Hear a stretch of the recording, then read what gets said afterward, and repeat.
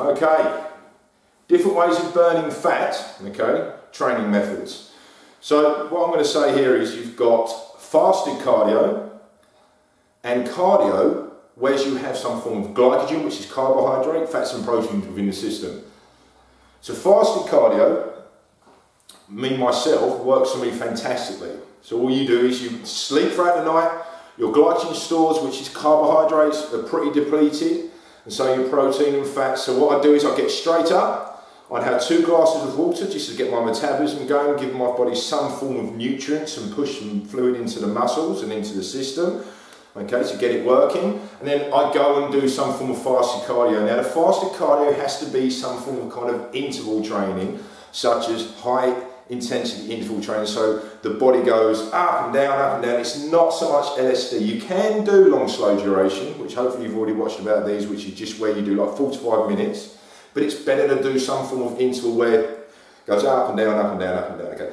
There's no carbohydrate in the system. Now carbohydrate would have been depleted, but fat stores will still be hanging around. And so what does the body get to pick on for energy?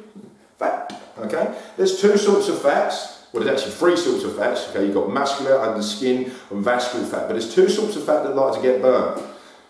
One is with carbohydrates present, and the other one is without carbohydrates being present. So that's why you might be saying, I'm doing all this cardio, I'm doing all this weights, and I've got these little areas that I can't seem to shift. That might be because you're only doing one form of cardio, or one form of weight training. Okay, so you want to be hitting both styles of cardio if you're doing any cardio at all. Okay, then you're kind of hitting every angle. Now there is things called, you've got stubborn body fat. Now if you look at stubborn body fat, it's used in cold areas. Okay, I know I'm poking now. So it's used in cold areas, and women, it's a hormonal thing as well with women on the back of the arms, but it's a cold area. On the hips, it's a cold area. So if you look at saturated fats, once they hit your system, they stay solidified throughout the system until they get to a cold area, just like they would do in room temperature. So now when it gets to the cold place, it starts to get slow and it goes hard. So when the body has to tap into fat, it will try and pick up off of runny fats, okay, monosaturated fats, or fats that are in a warm area. It can munch away at amnesia.